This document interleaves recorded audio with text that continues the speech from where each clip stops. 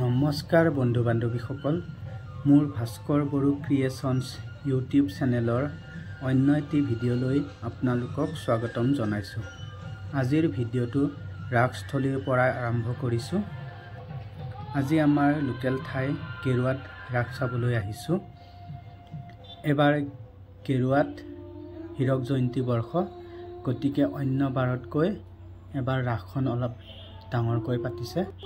অন্য বাৰত 3 দিনৰ পৰা 4 দিনৰ ভিতৰত ৰাস পতা হয় আৰু এইবাৰ 5 দিন পতা হৈছে। এইখিনিতে এষাৰ কথা কৈ লওঁ, আজি ৰাস চাবলৈ আহিছোঁ মোৰ মিছেছ আৰু খুৰাহঁতৰ ছোৱালী 3জনীৰ লগত। ৰাতি দুপৰলৈ আমি ৰাস চাব নোৱাৰোঁ, সেইবাবে সোনকালে আহিলোঁ। সোনকালে গুচি যাব লাগিব। লগত মোৰ ছোৱালীজনীৰ কাৰণে, তাই সৰু ছোৱালী, গতিকে ইমান দেৰিলৈকে আমি চাই থাকিব নোৱাৰোঁ।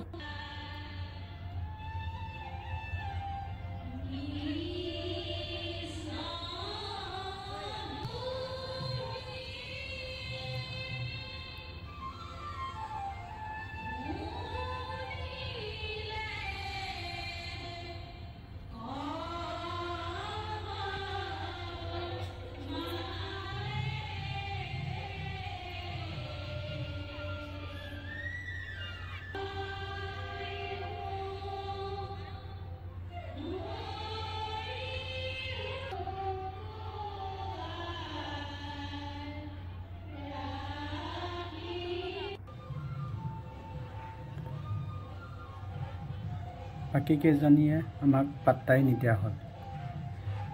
তেওঁলোকে দোকানত কিবা কিবি কিনাত ব্যস্ত হৈ গ'ল আৰু ময়ো ভাবিলোঁ ছোৱালীজনীক লৈ অলপ গোটেই ৰাস মণ্ডপকে পৰিদৰ্শন কৰোঁ।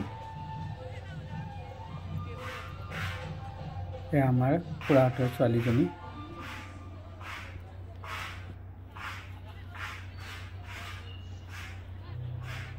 আমাৰ ছোৱালীজনী প্ৰথমবাৰ ৰাস চাবলৈ পাইছে তাইৰ জীৱনত, গতিকে খুবেই আনন্দিত হৈছে এইবোৰ চাবলৈ পাই।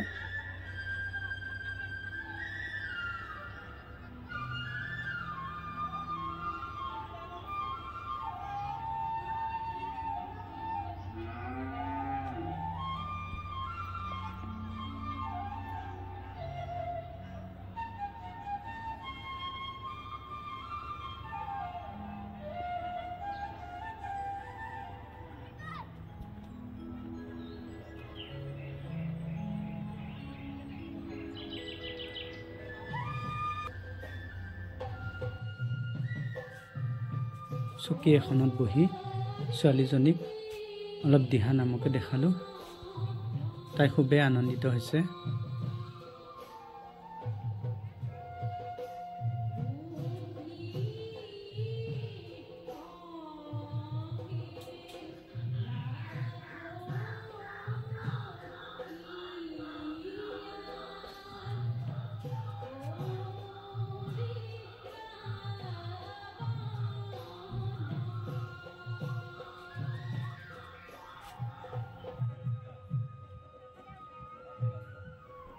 আৰু এয়া চাই মেলি এতিয়া ঘৰলৈ যাবলৈ ওলাইছোঁ। মোৰ এই ভিডিঅ'টো যদি ভাল লাগিল তেতিয়াহ'লে লাইক, কমেণ্ট, শ্বেয়াৰ আৰু মোৰ চেনেলটো ছাবস্ক্ৰাইব কৰি দিবলৈ নাপাহৰিব। আজিলৈ আহিছোঁ। ধন্যবাদ। শুভৰাত্ৰি।